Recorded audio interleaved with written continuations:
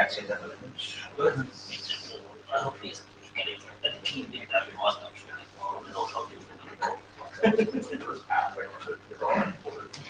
And then he turned on like, whoa.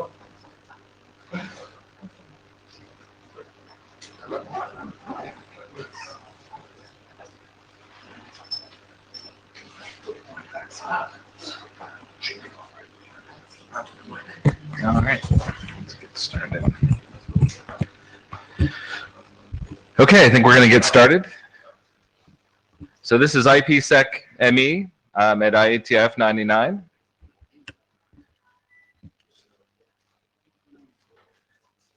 Pass around. So we've got the blue sheets starting around. So I'm sure you've all seen this multiple times this week. It is the new and improved Notewell. Please note that there's an update on this referencing RFC 8179, so please be aware of that. So today we have two note takers and a Jabber scribe. Thank you. We got a rather full agenda today. Any agenda bashing?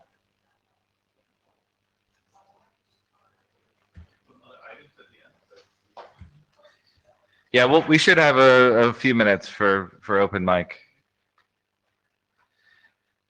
Some quick status on our existing drafts. We have a number of drafts in the editor queue that have just entered the queue. 4307 BIS and 7321 BIS are now in the queue. TCP and CABS has entered the edit phase. So we should be probably hearing from the RFC editors soon. And we recently requested publication of EDDSA, so we should be hearing from the ISG soon on that one. We have a number of other drafts that are probably ready to advance. We'll be talking about those as we go into through the updates on those drafts. So with that, let's talk about split DNS.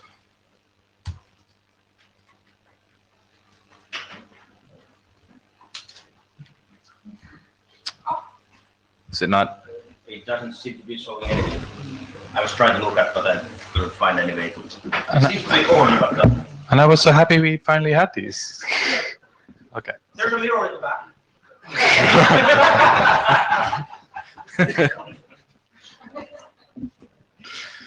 Okay, so split DNS. There weren't that many changes. It was just a small diff. We synced up the document for the CFG request reply payloads because we had come up with all these smart things of when we decided when we wanted a reply to be valid or not. But then it was pointed out that the core RFC actually tells exactly what to do. And the summary basically is, as the pointer has said, you can always send whatever you want and you can always ignore whatever you receive. So we updated the draft to say that. Then Tero came up with an interesting use case where we wanted to limit the IP addresses reachable by the DNS server so that we were sure that you were using the right technology for the right thing. And then Tero came up with this funny use case where he wants to do this on demand. So he wants the IKE to be able to notify the DNS servers, and then on demand when sending a packet to the DNS server, he wants the child SA to come up. So we changed the wording to say only unconfigure the DNS when the IKE SA goes down, not when any of the IPsec SA goes down. And there's no more limitation that says, you know, the DNS must only be accepted if this IPsec SA is up. And then the interesting part is that I sort of reluctantly agreed to change the presentation format to Y format based on the suggestion of Tero drop tables. And I'm actually backpedaling on this. I really don't like this. I really want to go back to the presentation format because I don't really want a DNS parser in my code. I know that one other implementation has the same thing. And I think this is a manageable security item in the implementation, and presentation format is just much nicer to have in configuration files, so we don't have to deal with DNS wire format. No, it's if it's a wire format, uncompressed wire format, it's totally trivial to do. You have just the length of the label followed by the label, and you have 00, which is empty label at the end. It's totally trivial to do, both ways. So you're saying either one is fine with you? I say, I believe presentation format means textual, a text. So no, the wire format it's as least as easy, and it's very easy. It's better to for parsing, etc. You can check if well formed or etc. Just keep it uncompressed. You have the possibility to compress it, which is a bad idea. So you're saying you prefer wire format over Yeah, presentation yes. format? Yes, Okay. as a DNS person, I really prefer the wire format. Okay. And it's you don't need more than 2 or 3 lines of code to do the things. One question. So you were saying actually that one of the things we probably are missing, we should say that it's uncompressed, or actually should we say it must be uncompressed DNS file? Yeah, yes, but everybody. Do we have any text about that in there? Not at the moment. Okay, so Yeah, because actually that's actually one very good point. We want to have it uncompressed because uncompressed is so much better easier to parse. That is the follow-up question. Can I still go back to the original question? Do we want presentation format or wire format? And there is no, if you have escapes, etc., wire format is easier. But I believe in this case you won't. Well, most have, DNS configurations and most DNS administrators are really used to presentation format when they type in redhat.com. They don't really want to do like wire format in configurations. And as an example, if you now use a StrongSun who already implements these, you know, this configuration payload, put that format in, you can already use it if it would just be presentation format, but it doesn't support anything wire formatty. Yes, I can use another argument. In the HCP, we add each 2 years for new things, exactly the same discussion. I understand. At the end, we finish with. I understand the wire DHCP. format. I understand the DHCP argument. I also talked to Paul Hoffman about this, and the only reason Paul Hoffman actually caved into the presentation format was that there was already 3 other use cases in DHCP that used the wire format. So only for consistency was an agreement to again use wire format. But we have no precedent here right now. This is the first time we're doing this. So the precedent here could still be just use presentation format.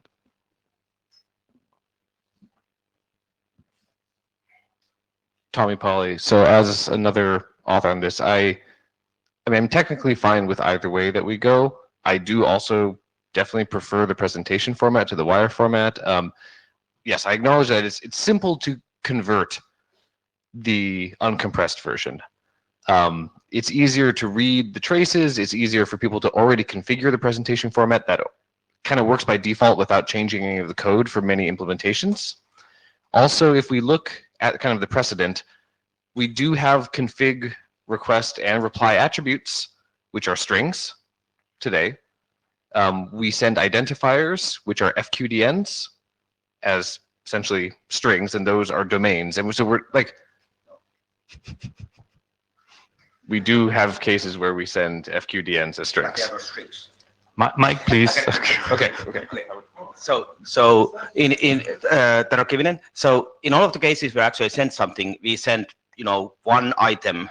We don't send, you know, space separated list of domain names or fully qualified domain names. Actually, when we are actually sending an email address, we are actually sending the email address part. Or I think we are not allowing you to have, you know, these comment fields and, you know, this all of the other things that is actually part of the email address. I think it's actually saying RFC 822 of address, which is only the address part, not you know, so that's why I was saying that, okay, we are not sending, you know, config strings. We are actually sending items which have a very big.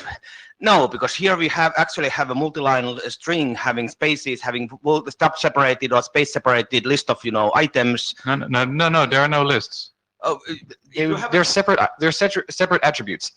So you give the DNS domain multiple times if you have multiple split domains. So you have any spaces. no spaces. It's a fixed length. It says this is a fixed length of essentially ASCII or UTF-8 characters, and that is the domain. It's just like the FQDN. Yeah, but I mean, presentation format can actually have, you know, all kind of other things also, if I understand correctly. If you're talking about same thing that we are actually having in you know, for example, you have backslashes. You can have a backslash new lines in there, which actually you know, goes to, it has escaping mechanisms. It has these kind of things in there, You need even inside the one label. But Tero, if your concern is security on items and the string, then after you've converted the wire format to presentation format, you still have to do your security because you still don't trust it. So the security checks are the same. That's true. But one of the things I was also saying that, okay, the wire format also, you were saying that it's easier to understand, but if what you are using, what they're looking for, the, you know, the frames anyway, you are using Wireshark. Wireshark already knows how to, you know, decode the wire format. So it actually will show you very nicely what the DNS wire format looks like inside it, if it's a wire I don't know why Shark will know that this option contains wire format. You format. just decode as DNS. That's the default format for Wireshark to do things that when you have inside some other fields, you have other formats. Okay. I still find the security item minor, but Yeah, I guess I don't see the clear benefit to the wire format because it doesn't seem to increase the security because we have to convert into presentation format anyway the moment we get it. And it is a kind of unprecedented thing within Ike.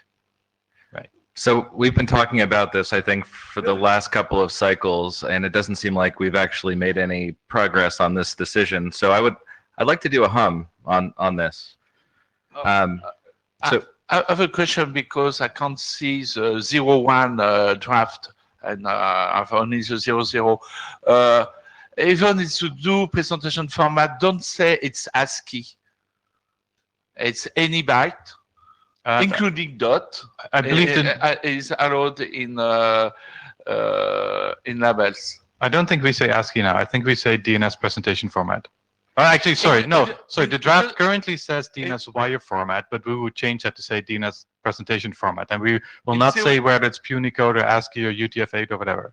Yeah, and the 00 say ASCII and say there is no trailing dot. Because presentation format, you have to, for you clarify the domain name, you should have a dot at the end. okay. And actually, the trust anchors, are they actually really one string and not? No. The trust anchors are split on the field, and actually the field content is it specifically says raw. So it's actually the binary, not the base 64 or the hex format. So there you are using semi-wire format, but not presentation format and not wire format. I agree. I would prefer presentation format there too.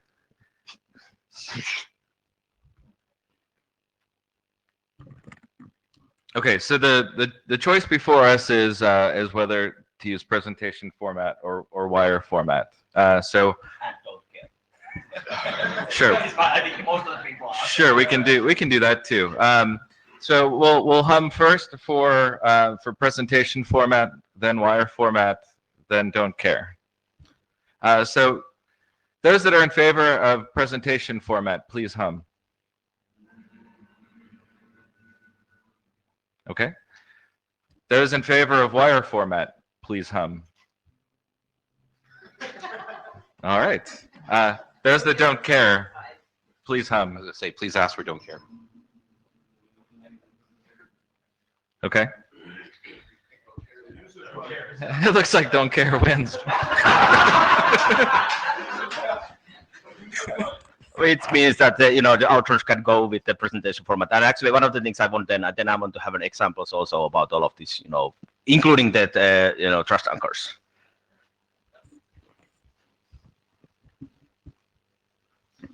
Great. If we could record that in the notes. Is that it, Paul? Yeah. All right.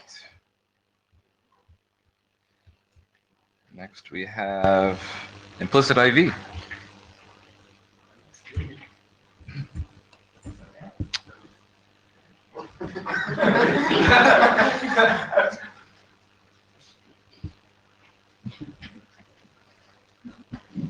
Hi. So, well, I think, so that the implicit IV for counter-based ciphers, Ipsecme.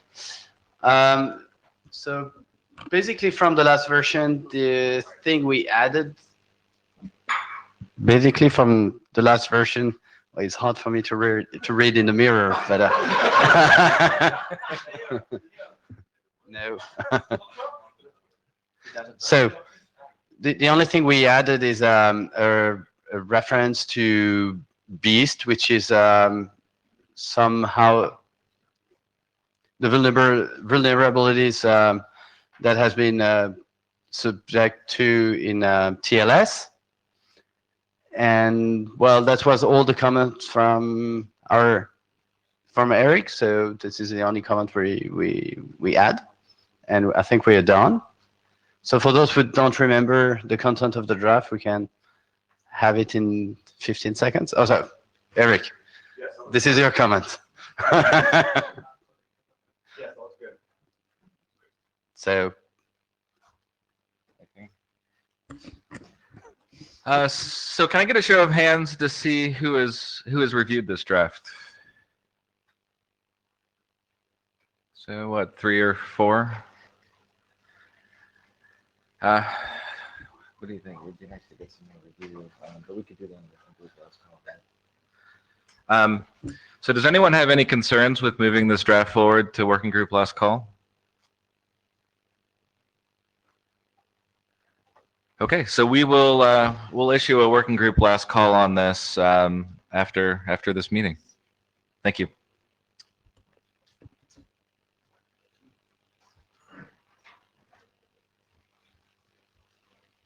Next we have quantum resistant Ike. This is going to be Scott remotely, right? Scott, would you jump into the queue? Thank you. It's right behind you. Okay, yes, this is about the quantum resistant Ike. Let's see, next page. Yeah, very quick background, just in case anyone's missed it. We're talking about quantum resistance of Ike. The problem with Ike as it is now is that if someone has a quantum computer, they could break both Ipsecme and decrypt Ipsecme and read all the secrets. We don't have anyone with, no one has a non-toy quantum computer yet, but one concern is that they might be recording traffic now and then decrypting them later, 5 to 10 years when they have a real quantum computer. Next. Now, what do we do about this? The short-term strategy is to simply just have both sides have a shared secret and store that in the derived key. If the secure secret is strong, they can't. We're secure. A long-term strategy is of course to extend the Ike to talk up to actually use a post-quantum key exchange key agreement protocol. This talk, what I'm talking about is the short-term. The next 2 talks will be about the long-term. Next page. Next thing. In the previous working group meeting, we talked about we agreed on the basic approach, which is in the draft. We made the following tweaks. We simplified how it was negotiated, so that both initial exchange they both negotiate. They're both doing this, and then during the key agreement, they actually. In an encrypted message that they also the initiator says which a label of which key they're using. They both store it into their SKDs, PIs, PRs, and then basically everything and all keys derived from the initial IKSAs are actually protected. The only caveat is that the initial IKSA and things like traffic selectors, things like that, are not protected. And the third thing, which was agreed upon, is to suggest how PPKs are to be transported out of band between the systems. And that's the summary. Now, next page. Okay. Basically, we updated the draft. We have a test implementation, and quite frankly, I haven't heard a whole lot of comments on the mailing list about it. So, is there any comments from the working group? I see people lining up to talk. Just a quick note, we have two other discussions on this, or two other presentations on this topic, so I'd like to hold comments to this draft specifically, and then we'll talk about broader comments later. Okay. Paul-Alex Lieberson. We're actually working on an implementation, so I will ping you soon to do some intro. Thank you very much. Yeah, as I said, we have one, so we can see if we can interoperate. Valery Smyslov, LS Plus.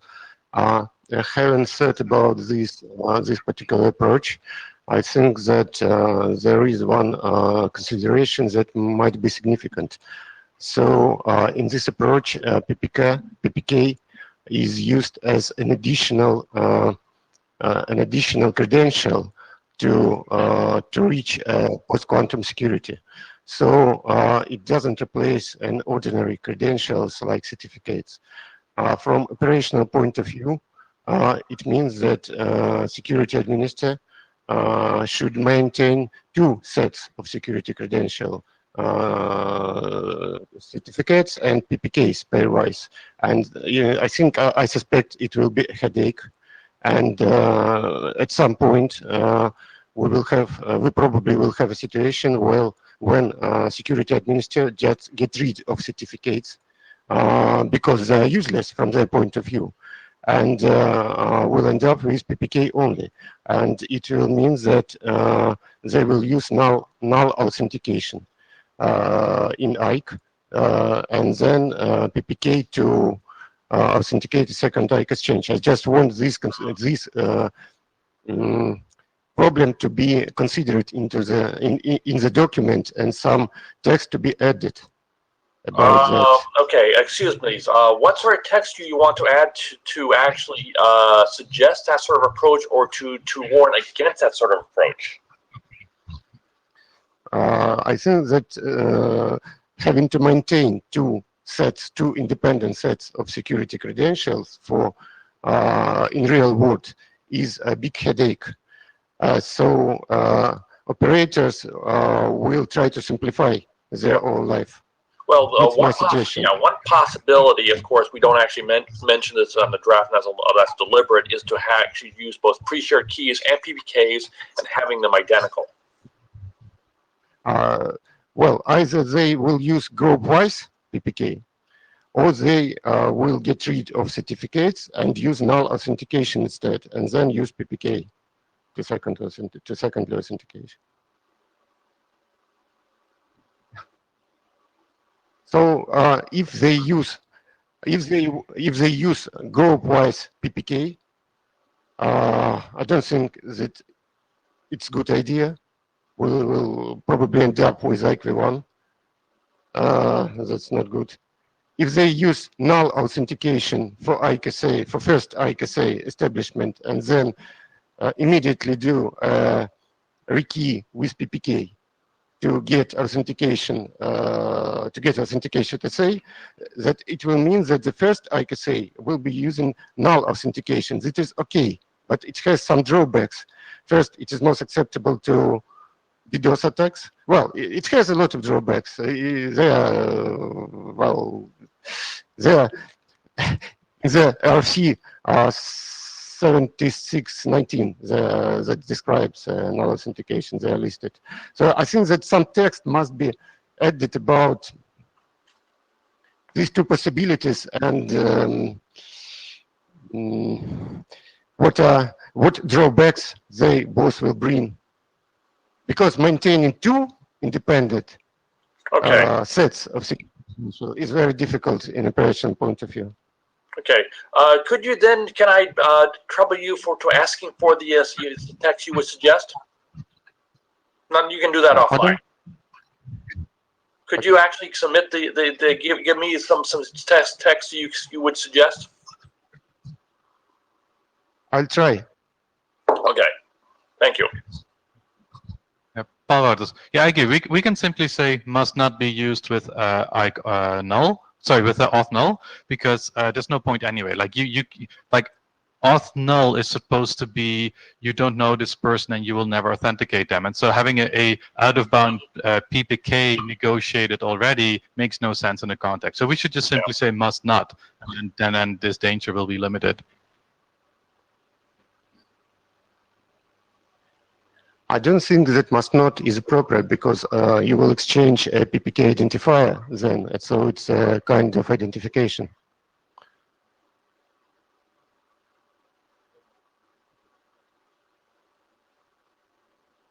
Okay, thanks. Okay. So actually, I have one question for you. So do you think that this document is ready for the last call after we have discussed after adding this null authentication or multiple credentials as text? Yeah. But is there anything else that's Yeah, required? my opinion is that it is ready.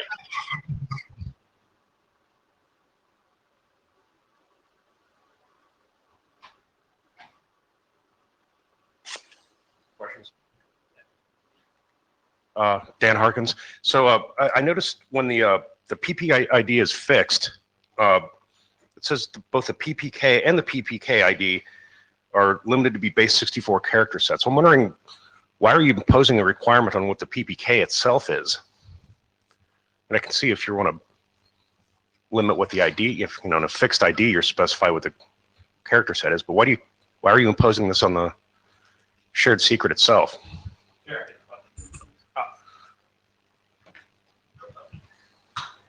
Okay, basically that was a suggestion from basically from the last working group. Previous drafts did not have any such recommendations at all. I thought that was the sense of the working group that they wanted to make it easier to transmit to exchange the PPK. So in last meeting we had this discussion and people were saying, okay, having one format that is used by everybody is easier than otherwise you have a hex format, you have binary format. If you have an ASCII format, and then people can't insert spaces or nulls there. So having base 64 encoded stuff in their configuration file and in the actual data, and it doesn't really matter. Well, no, it does, because it says it has to be a base 64 character set. So it does matter. But my recollection of that conversation was that people wanted a standard way to distribute the PPK. And it does actually talk about RFC 6030, which I believe was my suggestion in the last meeting, to use the symmetric key envelope that PKIX came up with. And it already talks about doing that. So that being the case, why do you care what the format of the PPK is? I guess we'll find out. So, Paul Wouters, I thought one of the considerations was as well that based on the experience with PSK, is that people are afraid that they will limit themselves to the ASCII set to avoid problems of incompatibility of misinterpreting the format of the PPK. And so people stick to a low entropy ASCII version instead of using the full range of randomness we have. And that using base 64 sort of makes this easier that everybody can use better entropy based PPKs. Michael Richardson, plus 12 to what Paul said. I really think that if this is hard for people to enter and communicate, they just won't use it. And if they don't use it, then the feature will disappear. So I'm supporting what you want to say, whatever you said. If it's not easy to use, they won't use it, and if they don't use it, it'll disappear from the products, and then then it won't be usable because it won't actually be used, right? So.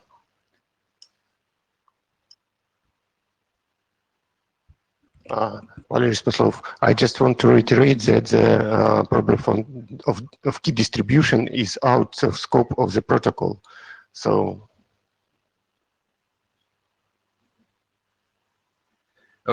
Let's cut the line after this comment. Cool. So just to try to clarify, Tommy Polly, clarifying and adding on to those, you're right. I think what we want is it should be easy to configure, but also taking you in the direction of making it a strong key that's not just some set of ASCII characters. I like the current encoding, and it's up to the implementations to make sure that you can easily distribute it. Okay, thank you. So next up, we have hybrid quantum safe key exchange for IPv2.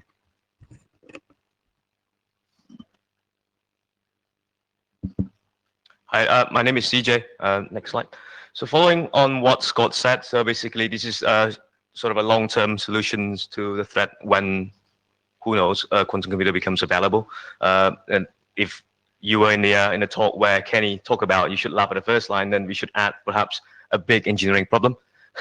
And then when it happens, obviously, then there are Diffie-Hellman obviously will be vulnerable, and then there also works already, mainly research in the area of quantum safe or post-quantum algorithms, and NISA, having this call of for selecting standards for these post-quantum algorithms. And last thing I will mention about FIPS compliance, and again, the statement from NIST that current VPN protocol, IPv2, for example, that uses Diffie-Hellman, if it is FIPS compliance, and then by doing sort of a hybrid change, we believe that it is still FIPS compliant. Next slide, please. So what we sort of proposed was that to do optional key exchange, so having another key exchange in addition to the Diffie-Hellman, and then the goal basically we want to keep the minimum as possible on the modification to IPv2. We want to maintain the compatibility with IPv2, and also, if needed in the future, who knows, we may want to phase out those keys that are vulnerable. Next slide, please. So this is the current. It's still early days, and this is the thing that we think that might work, right? So we add sort of a QSKE over there as the payload that carries this additional key exchange material, and it is sent as part of the IKE sort of a SA init, and then the SKey seed. Obviously, the computation of that will be a concatenation of both shared secret, and then the format of the QSK payload is very similar to the KE payload. Next slide. So obviously, backward compatibility, it's something that needs to be addressed. So we thought of the following. Let's say ones need to implement a policy where we want to do a fallback to allow a classical sort of a SA to be established. So basically, the initiator will send a set of proposals, some of them offering KE, and some will offer a combination of KE and post-quantum crypto.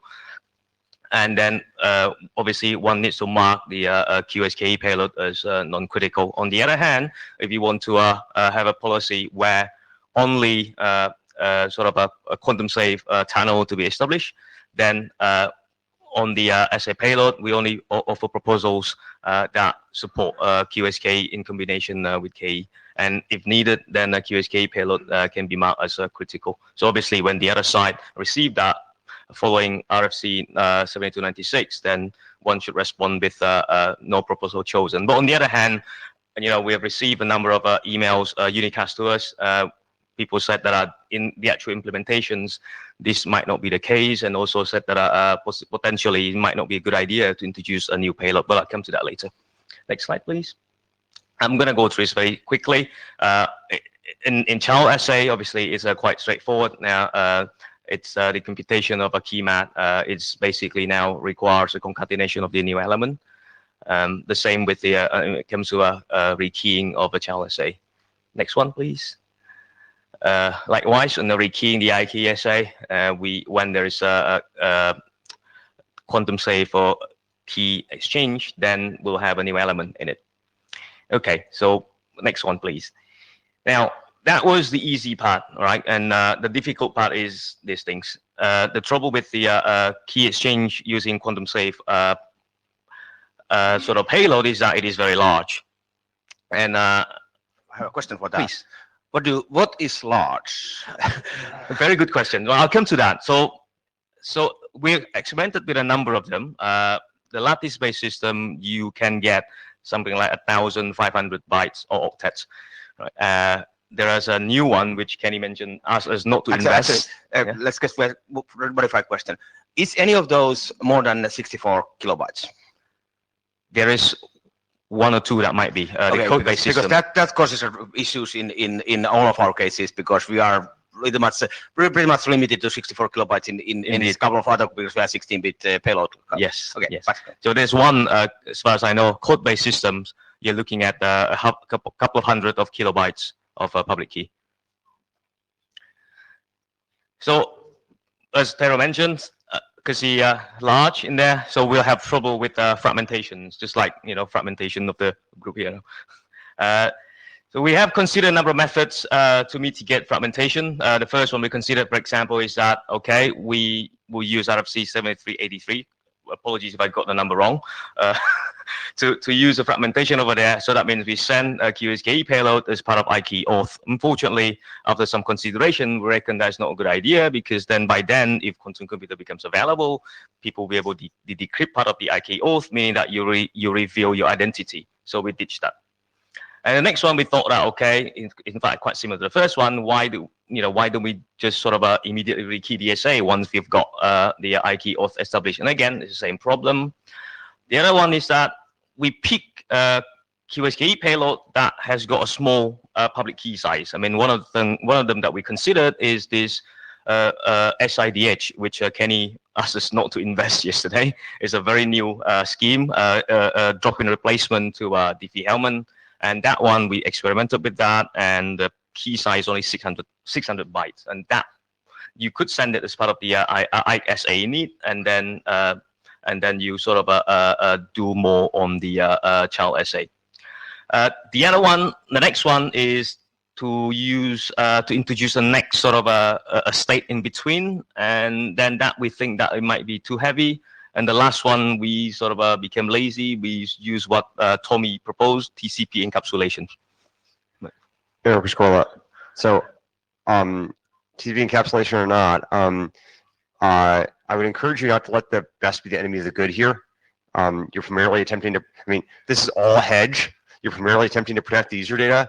If in a post-quantum world, the user identities are revealed, but the user data is protected, that's a lot better than nothing. Mm-hmm. And given that I'm worried that all the other things you're suggesting are impractical and won't work, like the likely outcome of not doing one of these earlier ones that you say doesn't protect the user identity is nothing will happen at all, in which case it will be strictly worse than not protecting the user identity. Thanks, Seb. So as you can find an elegant way to protect everything, I was just giving up on user identity and protecting other things. Okay, thanks. No. Sorry. Pavel, so I think we already considered giving up on protecting the identity against active attacks, because the identity leaks anyway in ICOF. If you're an active attacker, you can just do Diffie-Hellman to them. Yes. Oh, okay. Yeah. All right. So one of the things we had when we were taking this document, when we were actually think about this previous document, one of the idea we had there that we could actually use that to plug in the real, key exchange methods in the future, which would mean that we run this side method of generating the keys, and then we configure them as a PPK and PPK message. So we before the IKE init and IKE out, we actually run something else that generates the PPKs that are used in the IKE.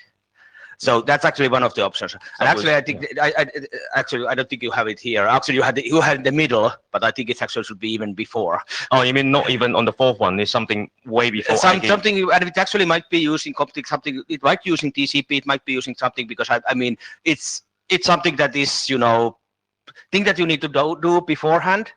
But depending on how much actually you trust and what kind of protocol, because some of those methods actually can generate multiple identities you can use. Mm-hmm. So you don't actually necessarily need to run it on every single exchange. You can actually do something that you create 10 of these identities you can use in the future, or something like that. And then when before you run out of that, you do the next exchange again, and something like that. But it's one of the ideas that I've had. And actually, I think the fragmentation, ruling the fragmentation is actually a good thing, because actually one of the things we have, I think if I run correctly, the IKE SA payload length is 32 bits. Yeah. Only the UDP and all kind of that things are and single payload like this 16 bits. So actually we can have, really huge IKE payloads, IKE packets having lots of payloads in it. Each payload must be less than 64 kilos.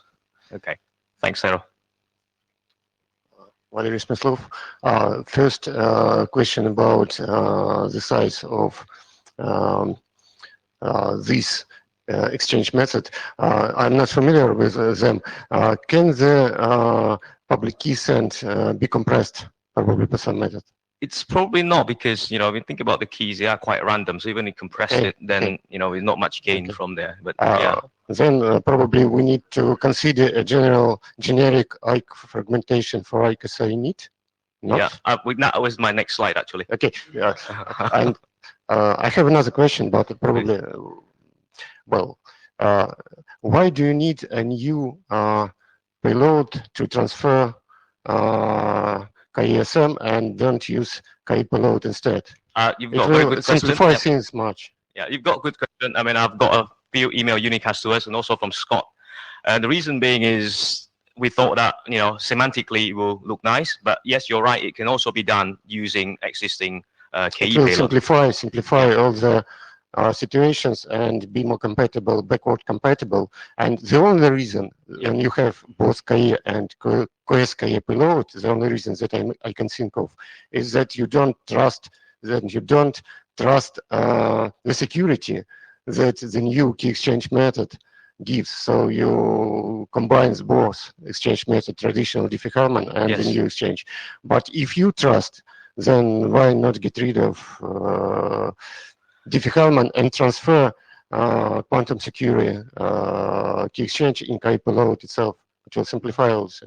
Yeah, at the moment, I mean, we see that as it's still in the transitional process. I mean, obviously, existing equipment that uses KE payload, people have got FIP certification and things like that. I don't think we can throw that out anytime soon. Yeah. Next slide.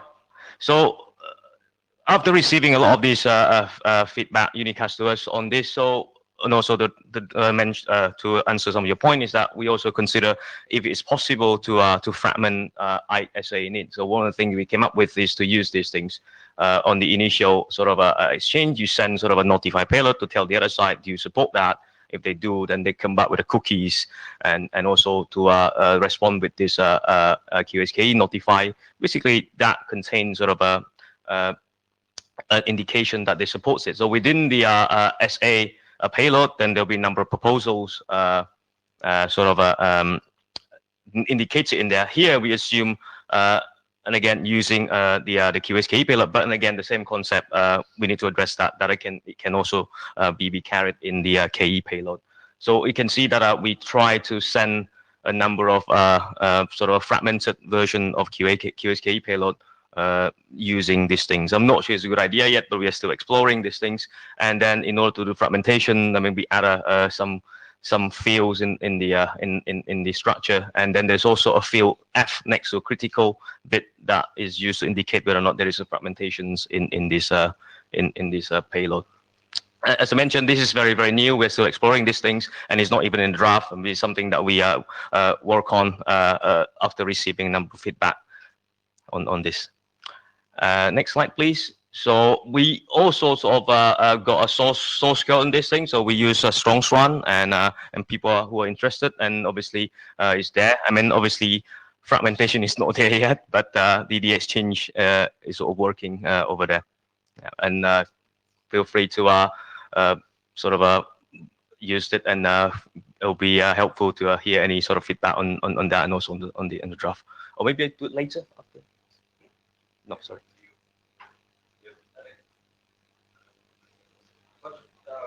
So, I mean, do you want to do a question now or later after Kai? Okay, so what I mean here is that this is something that this new item is going to be requiring charter update, and actually details about how we actually put where and with what kind of bits and bytes and we put in there is something that we need to decide in working group if we decide that we are actually going to work on that. And I think we are going to be deciding because there seems to be lots of interest in this. But anyway, so I think it's too early to start talking about what kind of fragmentation and TCP and whatever, where do we put those things. So Marko Żuchowski, NCSC. I'd like to thank CJ for his draft. I think it's a good effort. I would support the document. Thanks. The one comment I'd like to make is I noticed in the draft you make mention of specific algorithms for key exchange, and you have certain values listed for them and public key sizes. I think it's probably premature to be doing that, and I think it's probably not appropriate for this particular draft. I absolutely agree with you, and that was basically sort of a legacy as we try to put some numbers as strong one. So that you should take that. I would treat it as sort of how one would do this thing when one needs to do this sort of a key exchange. Yeah. Paul Otis. So during SAG, we just heard like a optimistic estimate of like this will take 7 to 10 years before we figure out which algorithms we're going to use. So I'm wondering if this work isn't a little bit premature. Like I like experimenting, and I think that's a good thing. Mm-hmm. But where do we draw the line? Like, and I'm just looking at the working group chairs and the ADs for that. So actually, we do design our algorithms, our protocols, so that they have a crypto agility. So we need to do that here too. So we actually, I prefer want to make sure that our system is so that we can actually run multiple of these mechanisms there. So we can actually do experimental and see what works, what doesn't, and so on. And yes, I agree that I don't know when we're actually going to be designing which of those algorithms are going to be the mandatory to implement, algorithm, or and which are must nots because they are broken. But we're talking much more about that than algorithm agility, right? We're not talking about removing AES and putting in Cha-Cha. We're talking about like maybe a different IKE exchange, or maybe a different like a whole field, or like I don't want us to commit to any of these sort of experimental things. That's why I want to. And then 5 years later throw it away. Yeah. Or have the legacy. Most of these mechanisms are something that is just we send some big blob to the other end, and the other one sends do some calculations, send some big blob BAB, and then we have shared secret. I guess most of these are this kind of plug-in replacements for Diffie-Hellman. If there's some algorithm that requires 7 round trips and doing some weird things in the middle, that's something that is not going to be. For example, the current mechanisms I think works with every kind of this kind of plug-in algorithm for Diffie-Hellman, which has one message going that way, one message coming that way, and then we have a shared secret. Yes. Well, I mean, if you go 4 or 5 slides back, I see something about adding a transform, and a little concern about if implementation will take it.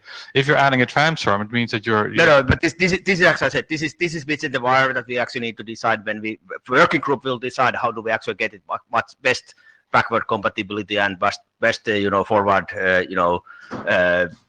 ability. So I think that's why I was saying trade. We don't want to decide on those now. Brian Wise, Cisco. I think part of the concern might be an IANA registry for algorithms that we know about now but may want to reject later. How would we set up an experimental IANA registry? I don't know. So it seems like there's a lot to discuss here. It would be useful to get more comments on the draft and on the list. Oh yes. Sorry, we're going to go to Meet Echo.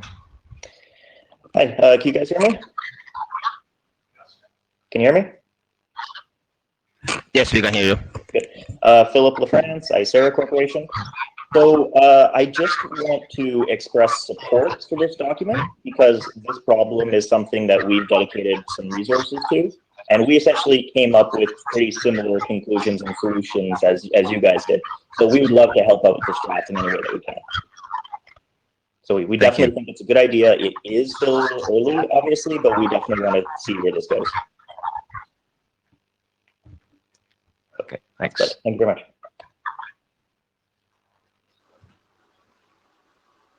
Okay, I just want to basically, there's been complaints about the complexity of it. There are basically 2 complex questions here that they're trying to address. One is how to actually have both a traditional and a post-quantum algorithm, because we don't necessarily trust a post-quantum out of the box. In fact, I would advise allowing multiple post-quantum algorithms. The other question is how to do fragmentation. Other than those 2 questions, the problem is completely trivial.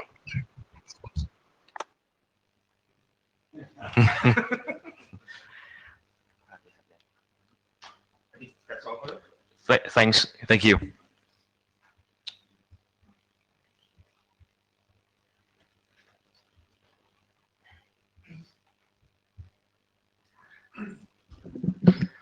Hello, this is Kai, and almost everything's said. I don't want to waste time on motivation and solution. We did some experiments with MacElies some years ago, and the key size of MacElies is way beyond 64K, by the way. Last year, the New Hope algorithm showed up, and there was an implementation in StrongSwan, and we also did some experiments with that. We did some measurements, and anybody who is interested in some comparison numbers, I love to share that. And so, but these are PQ-only mechanisms, and what we heard today and yesterday, and what's the common solution at the moment from the cryptographers is to have a combined weight or mechanism by classical DH and by PQ. And next slide, please. As we heard, there's no simple drop-in solution. We have this fragmentation issue that has to be solved. And if we use the TCP thing, then yeah, that's debatable, but it was by purpose to use IKE over UDP. We have some pros and cons to move the quantum safe key exchange into the IKE auth exchange. That makes the IKE SA not quantum safe, but as we already discussed or heard, this might not be a problem because it doesn't address active attacks at the moment. And yeah, the other thing is the signaling issue that is also, yeah, maybe more difficult to solve, where to put this combined exchange. We can use a new transform type for post-quantum safe agreement. Then we can combine these transforms in an SA payload.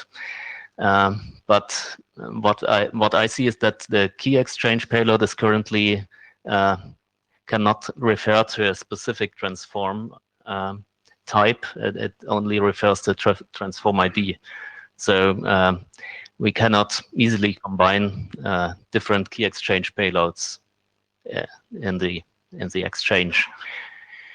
Or we can have a transform type for combined method. So that explicitly says I want to combine two key exchange variants, and maybe we need both to phase out non-PQ agreements in the future.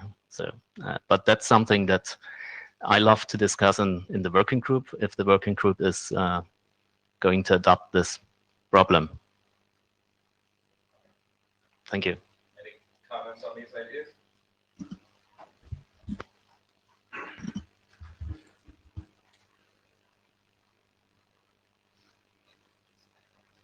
So I have to apologize for not knowing Ike well enough, but yeah, if you're gonna specify it as if it were alternative to Diffie-Hellman, right?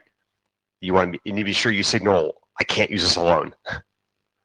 So I don't know. That's the point of the second point, which is the combined is how you would say I won't use this without Diffie-Hellman. Yeah. I mean, it's like really bad if you just use the PQ thing without Diffie-Hellman. Dan Harkins. So it seems to me that moving this QE payload or KE payload or whatever to the IKE auth exchange solves two problems, right? It's gonna fix the fragmentation problem because there's already an RC for doing IKE fragmentation, and it addresses the backwards compatibility issue because you can, in the IKE SA negotiation, you can send some notify that says, I do quantum, I do the PCKE thing, and the other guy will either, if he doesn't send it back, then you know that you're unable to send the PQKE and the IKE auth exchange. So I think there's really no argument for putting that in the IKE auth exchange. It just causes two problems that. That was our conclusion too for the moment, yeah. And as Eric said, what we lose is identity protection if somebody does break an ECDH. Yeah, but maybe we don't care at the Yeah, moment. that's Okay, so, oh, do you have still comment about this?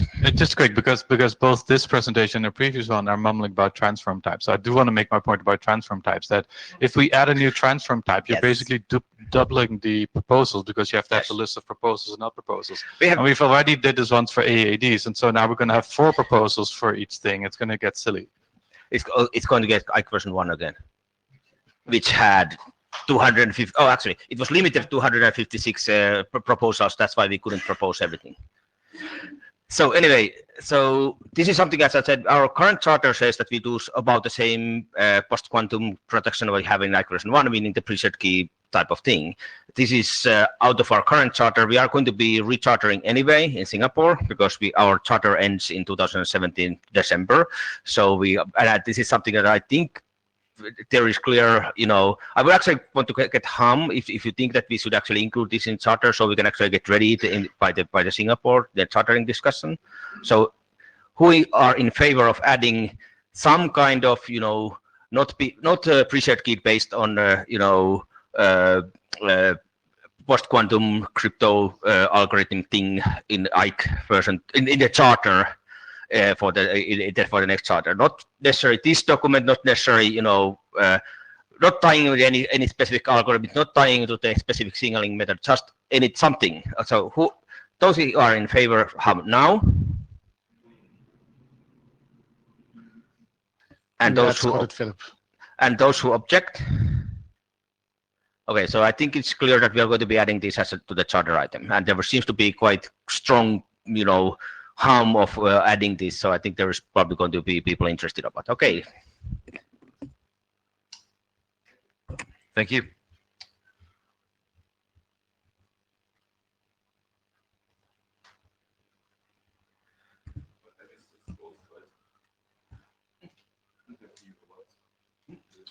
No, We do not. The one that you sent yesterday was, or the one ready to send note to us? Okay. Is there new? Okay.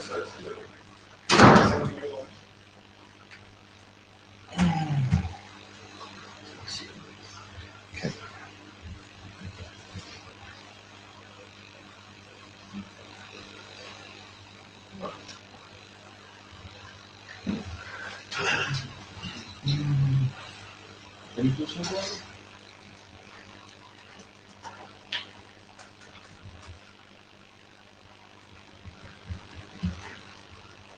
I find it. So I'm just going to test the mic so long, huh? Should be in your inbox. Should we? Just very good. If not, you could just use the ones from Elvik yesterday.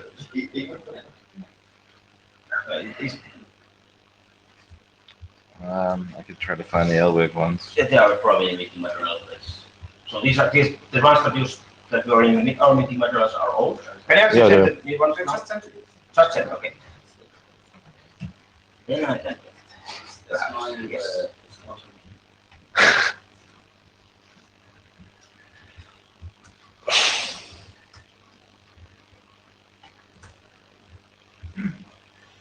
If you upload them, I'll Yeah, download them real quick.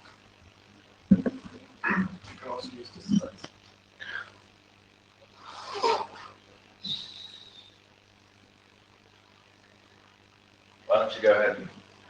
Why don't you go ahead and introduce your topic, and then we'll get the slides up in a sec.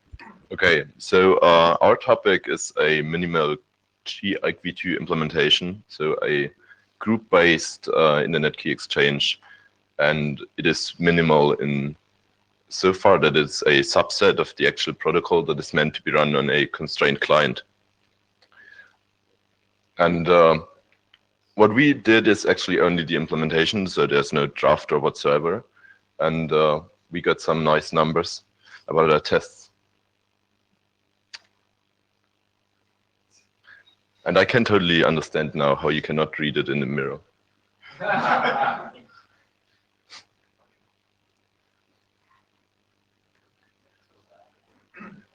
So, I don't know, you could just look at up in the LVIC group. I guess they had the slides from yesterday.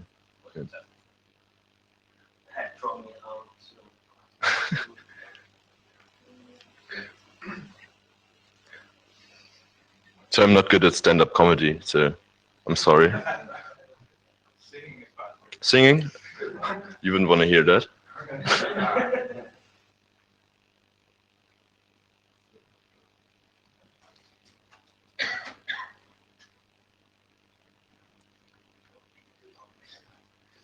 Hi, that looks better. So, once again, a minimal GIQ2 client. The draft that is linked there is not ours, but the original GIQ2 draft, yes, you can just stay there. And so, how far is it minimal? What we do is just reduce the protocol to a subset required to get a SA and maintain it. And the result can be seen here. So different to the normal IQ2, we have got a communication between a constrained client and a key server.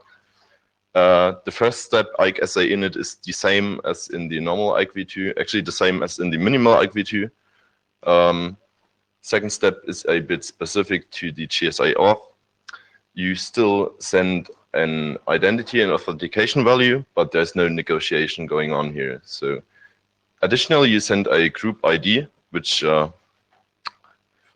says you wish to join that group, and the key server authenticates you, decides if you're allowed to join a group, and then answers you with his own authentication and identity and the SA properties and the corresponding keys. And GSA rekey looks pretty much the same as the response to GSA auth, as you get authentication, GSA properties, and the corresponding keys. And there's two sets of keys, the transport keys and key encryption keys. One which you use for the communication in the group, the second is used for the rekeying. So next slide, please. So our implementation is built on Riot OS. On the top, you can see a theoretical RAM usage of our implementation. So we figure out it's going to be around 6 kilobyte. And on the bottom, you can see the parameters we used. So we used AES 128 CBC for encryption, SHA-265 for integrity, and SHA-1 for the pseudo-randomness, and the SACP256R1 for Diffie-Hellman, which is only because we didn't have any other Diffie-Hellman group supported on these devices. And we tested this on 3 different devices, the Arduino Uno, M0, and Duo. And as it turned out, the Arduino Uno is just too limited in memory to fit the actual implementation. So, and only has good 2 kilobyte of RAM. So that's it about that. For the other 2, we took some time measurements. Next slide, please. So what you can see here from the left to right are the steps in the protocol, the preparation of the SA init, processing of the SA init, preparation of the auth, and processing the auth. And what you can see here, the big one, is the Diffie-Hellman shared secret calculation,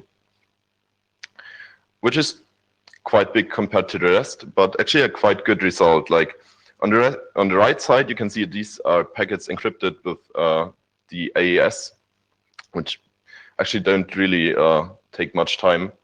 And I guess 400 milliseconds or 188 for the shared Diffie-Hellman secret is quite a nice result here. Next slide, please. So again, how did we do the minimalization? We just took away optional payloads and reduced it to all you need to get to the SA and to maintain it. And it would actually be interesting to specify a server configuration, as our main problem, or the biggest messages we had to handle, were the server messages, which included a lot of vendor ID payloads, notification payloads, and so on. Next slide, please. We will release our implementation on GitHub. I guess it's going to be somewhere around the next 2 weeks. And I would be interested in your opinions on whether this should be documented in some form on minimalizations. And yes, that's it from my side. Hi, Brian Wise, Cisco. So just for the sake of people who aren't familiar with this GIQ2 is a draft that Valerie and Yoav and I have that's meant to protect multicast IPsec.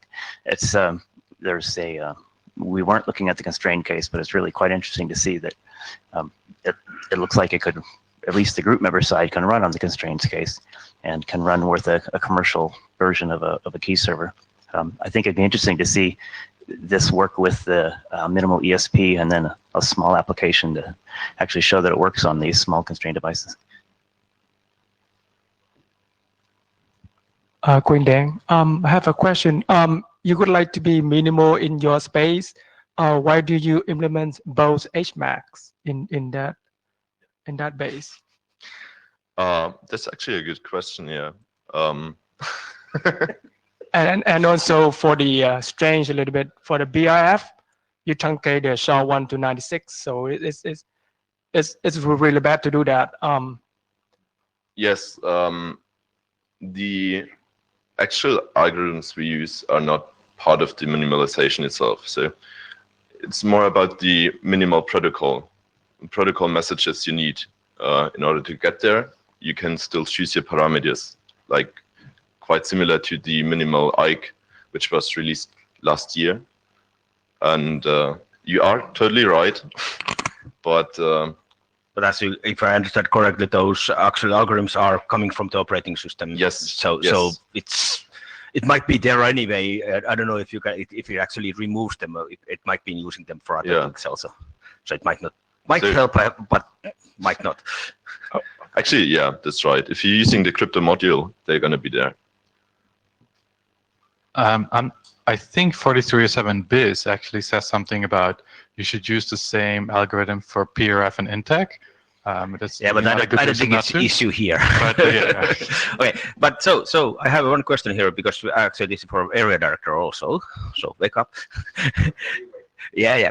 So this is the not minimal version, but this normal IC version 2 group key management in IC version 2 is draft that has been out for starting from 2010 or something like that, and because Ipsecme group is dead, it can't go there. And of course, there was a discussion about should we actually have it, AD sponsored, or should we take in the working group? Of course, we are going to be rechartering Singapore, so that's actually a very easy place to take it in and advance it through the working group instead of advancing it through the area director. So that's actually one of the things I want to ask for area director's comments, which will you prefer?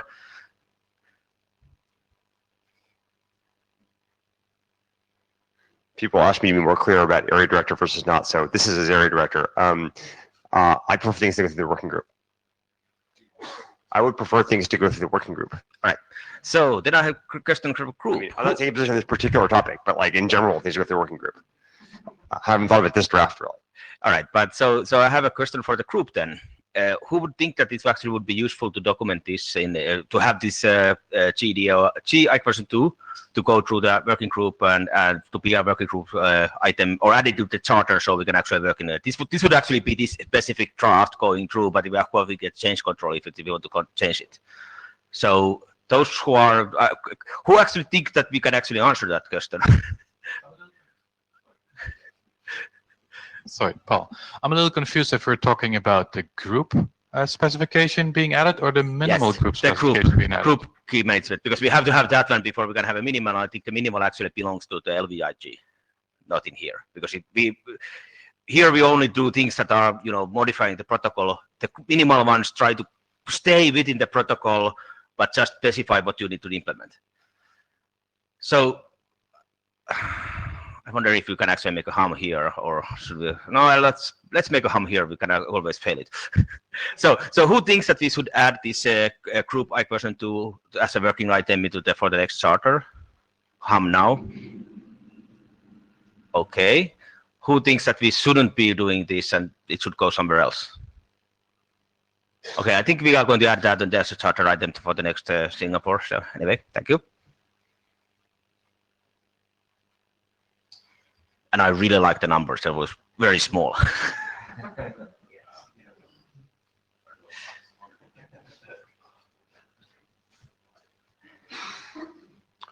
Hello, I'm Valery Smyslov. Next, please. So I will be short. So you probably just remind you a few things about Mobike. Mobike is a protocol that is used in IQ2, an extension to IQ2 that allows peers to change the IP addresses of assays without full reestablishing of assays. So it uses a rather simple approach, just send information exchange containing updated assay addresses notification and from using the new addresses. Next, please.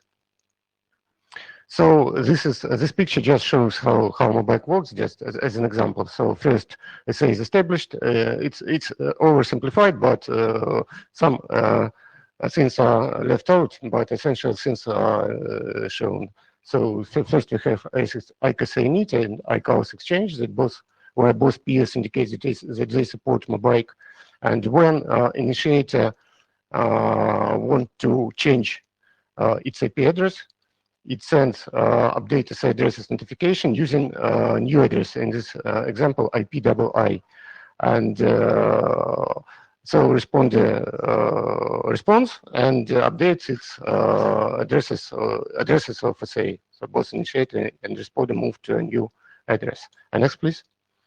The Mobike has one limitation. Well, in general, only original initiator is responsible for changing IP address. It is even states in section 2.1 of RFC 4555. And so if NOT is in between, then depending on the NOT behavior, original responder may not initiate update, may or may not initiate update, because NOT can block incoming connection without previously seen packet going outside. And if original responder is multi-homed, then it may not be able to instruct initiator to switch assay to another address, even if you want to. So Mobike in general permits original responder to try address update procedure, but in presence of that, it will most probably fail. Well, Mobike has a NOT prohibition mode, where both peers state that NOT is not allowed. In this case, everything would probably work, but I think that this case is mostly useless in real world because NOTs are almost everywhere currently. And next, please. So the causes of limitation is the network asymmetry introduced by restricted con NOTs. This is just an example. So if responder address is changed, so it wants to change assay address to IPRR, it tries to send information exchange, but with no mapping, this packet will probably drop by net in between. So as a result, assay is deleted. So next, please. This limitation has a negative effect. First, for example, use case when responder is a cluster comprising of nodes, each having its own IP address, but sharing security credentials. The cluster cannot, on its will, move assay from one node to another, for example, for load balancing purposes. The other effect that if, for example, responder is multi-homed and one of its interfaces shuts down, it cannot quickly instruct an initiator to move assay to existing assay to another interface. It must wait until initiator detects the failure due probes and perform switching to another address. Next, please. So proposed solution is as follows. So responder requests initiator to move assay to a new address by initiated informational exchange inside this exchange a new notification switch to IP address which contains a new responder's address. And to deal with middle boxes, this exchange is initiated from old SA address. So, but initiator responds to a new responder's address which is inside notification. So note that it is a violation of section 2.11 on RFC 7296 that requires that responder of exchange always respond to address where packet came from. So, okay. Well, after that, initiator immediately starts standard mobile procedure to move to update its addresses. So, question or shall I move? I'm just ready. Okay, next please. So this is just an illustration. So when responder want to switch it to move existing SA to address APRR, it sends it starts information exchange from old address in blue, IPR, but IPRR is inside information payload. So initiator gets this exchange. So it comes through the NOD because it uses existing mapping. And after that, initiator responds to this new address, IPRR in green.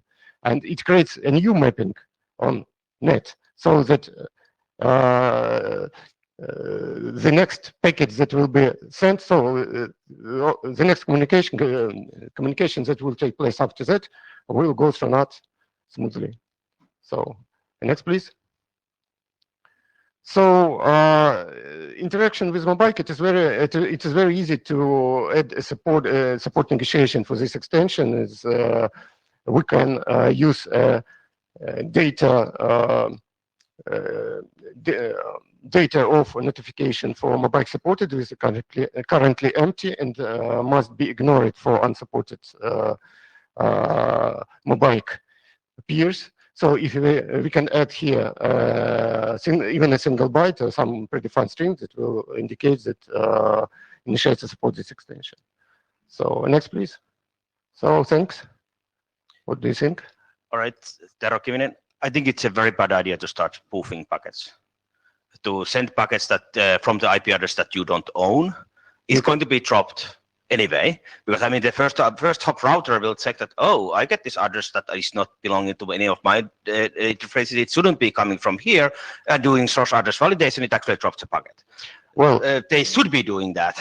Well, they don't do it, but they should be doing it. Well, and I guess they will do that more and more because the address spoofing is something that is, considered an attack, and people are trying to, protect against it. So making a protocol that relies on being able to send spoofed packets, well, it's a bad idea. It is not really spoofed packets. Actually, it is because you don't own that. Well, both interfaces can be up. You are owner of both addresses. So you just want to switch from one of your addresses to another. That's a different case. If you own both of the addresses, if you are in two interfaces, you have a Wi-Fi and you have a 3G and you are going down the Wi-Fi. Yes. You can actually do that already in a mobile. You send an address update where you delete the first address, the Wi-Fi address. You only keep the 3G address, and then the initiator will notice that, oh, the address that I'm using actually got lost, so I need to do address update now myself to update to start using the other address. So that actually works already. The only case where it actually it doesn't work is that when you lose the address completely. Then you don't have an address packet or address you could send the packet to the other end. And if you lose the address, then you don't own the address anymore, so you can't use it. Well, that would probably work, but it doesn't. It doesn't allow the respondent to. After that procedure that you've explained, the initiator will, on its wheels, move to previous address. Because then you set update SA addresses with both addresses again, I think. So you cannot control, you cannot force him to switch to one particular address that is more preferred to you, to responder. For load balancing, it is very important. So you will probably persuade initiator to move to another address, but once again you will update SA addresses for both addresses, and it will switch again back. So this is just still as me as not as a share, but yes, in that case, I think yes, switching to new address, telling the other end that you should switch to this address and all of the addresses is still fine, and that's actually one of the things we can specify. But having something that's saying, oh, we use this spoofed address and we send packets from this spoof address, that's I think they will get quite a lot of discussions in from IADs anyway if we start doing that. So I don't propose. But anyway, we're actually running. Okay, now as a chair, we are running out of time, but you can still respond. So, okay, this is just one of proposals, but I want to reiterate is the problem exists. Probably we should consider it, finding some solution. All right, so from the working group, again, this is something that we might want to take as an item, some kind of this kind of item. No, not a particular set. Yeah, not particular, but I mean for the because there is, Mobile is still related to IPsec, so it actually could be part of this working group or could not. So this is actually something we have to decide. It's currently isn't in the charter.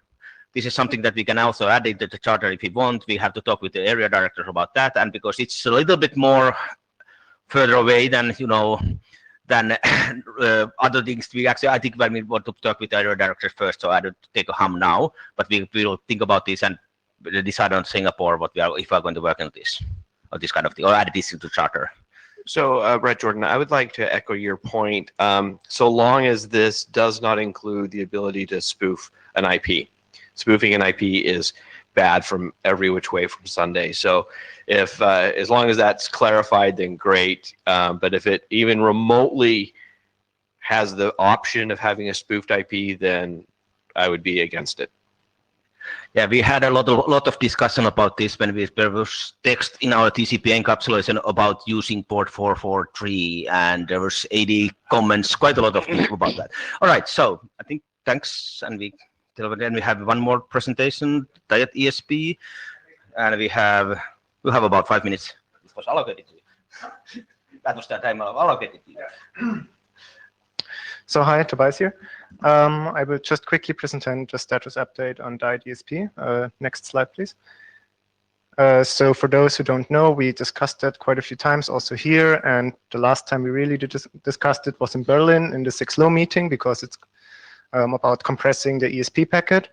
And there was quite some support that people wanted to use IPsec in constrained environments, but because it's more IPsec related, we were asked to move back here. And we kind of redesigned the Diet ESP design we had before. We moved to something which is more similar to the, we now call it ESP header compression. It's not based on ROC anymore. It's more similar to the SHIC they tried to specify for LP1s. And yeah, we have some implementations on Contiki, Python, Ride, and Linux for the kernel. There's something ongoing. And we also have a publication on that measuring some results that we can actually save energy on that.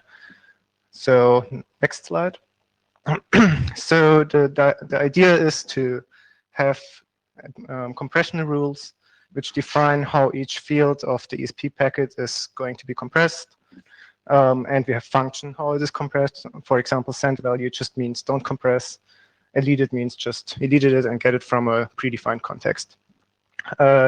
And Diet ESP is one strategy, just saying how to use these functions. Next slide. So just some, yeah, the title is kind of missing. You see it at the top. We can save for an IoT VPN scenario. We can save 68 bytes,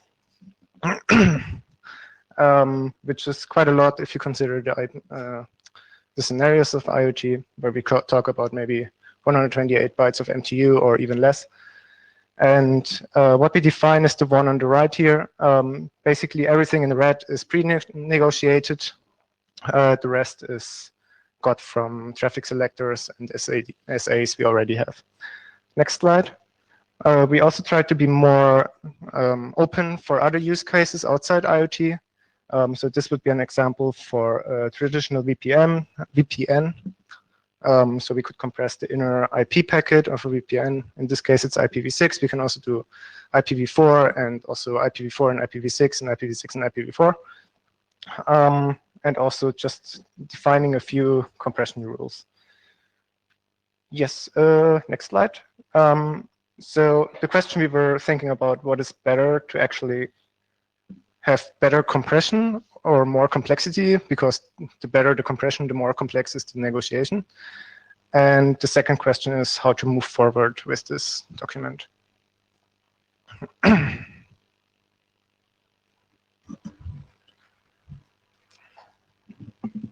Tommy Pauly, Apple. So I guess to the second one, I think this is really cool, and I'd like to see us continue working on it and get specified for these constrained environments to make sure that IPsec is a viable option there. Yeah. So I think we should continue working on it. For the first one, I guess, based on your work so far, where do you think we are on that scale currently between compression and complexity?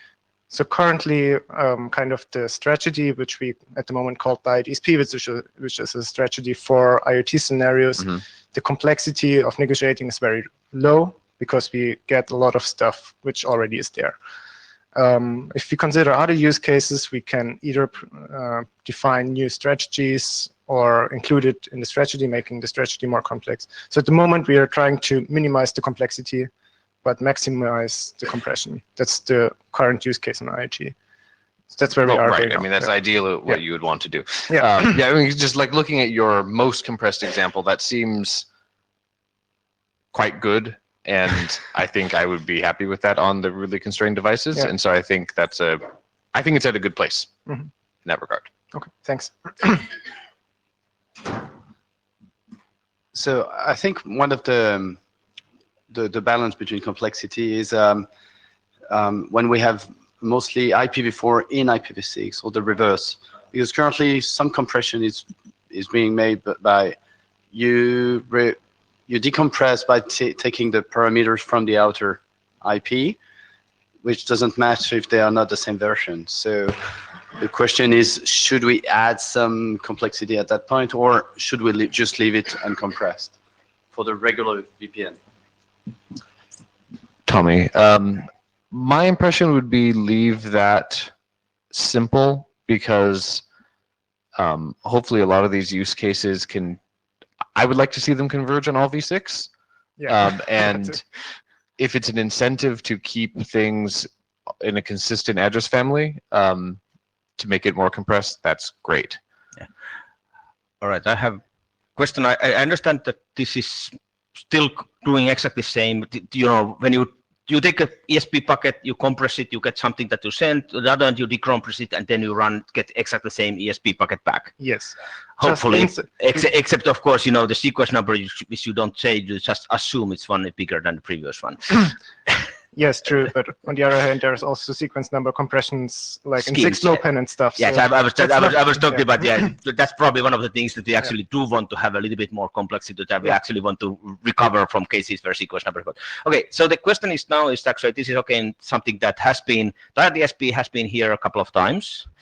And this is again, it's not something that actually modifies, you know, the payloads in the, or actually it's modifies payloads in the wire, but not actually the original ESP packet is going to be the same. So this is still kind of some similar kind of thing that could go also as like with implementation guidance instead of the here. But I think it actually might be better here because we actually we know better here what we can do. Yes. So that's why I was thinking about, should we actually add this also in the charter for the charter discussion for Singapore? Of course, all of this needs to be, you know, confirmed in a list, and also in Singapore we have to get the ADs to accept those. So do you think that I'm going to ask for Ham? How many people actually think that this should be included or should not be included in here? Some kind of this DSP. Actually, in this case, it's probably going to be this draft and of course modifying it as we go forward. So how many people think that we should include this in charter? Ham now. Okay, how many people think that we should not include this in the charter? There must be something wrong with the mic, because I only hear one ham. We can't be this, you know. Okay, good, thanks. So the mic is working. Maybe it's just good to present on Friday afternoon. All right, so yeah, only the hardcore IPsec people are here, no tourists. Yeah. All right. So next question is: has anybody any other topics, or shall we start heading for the airport? Oh, we have.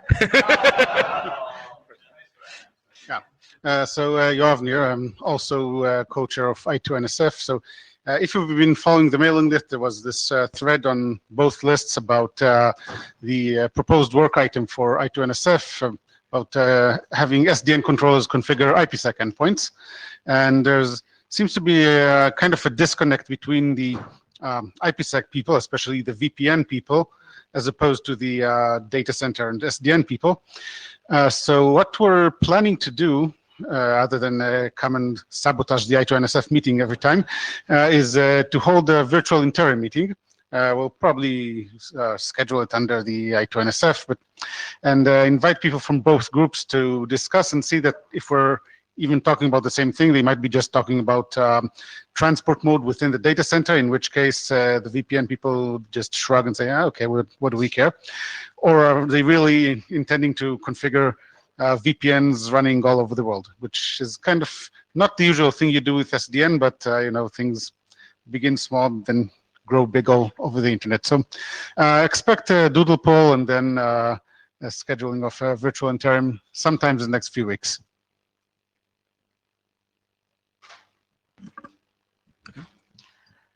With the RFC 7427, the digital signatures authentication one. So there are two versions for RSA. One could be PSS and another could be PKCS. So we don't really have a way of negotiating this specified in the RFC itself. There is another draft that is 4307 bis, which says that PSS must be implemented and PKCS may be included. But even then, if we still have to support both, we need to know how we should tell the initiator or the responder that we're choosing that. So could we have a method or a way to figure out what the other person is using, because we don't know.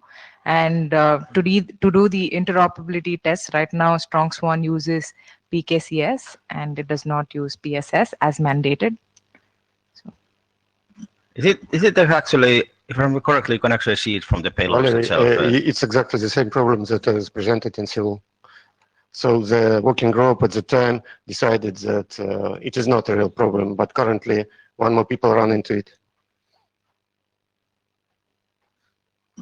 Okay, so if people want to think about that, you have to propose a charter item for the Singapore. I think about design about if you want to what kind of proposal of what we actually want to have. But anyway, has everybody signed the blue sheets already? Hopefully, probably. So no, I do think it's a real problem because the hash, the notifying the IC init for the signature is just not good enough for us, and we're running into this problem now, and we suspect that we'll run into more problems later when things get more complicated with post-quantum things. So I do think it's an item we should consider to put on the charter. All right, so I think that's all. So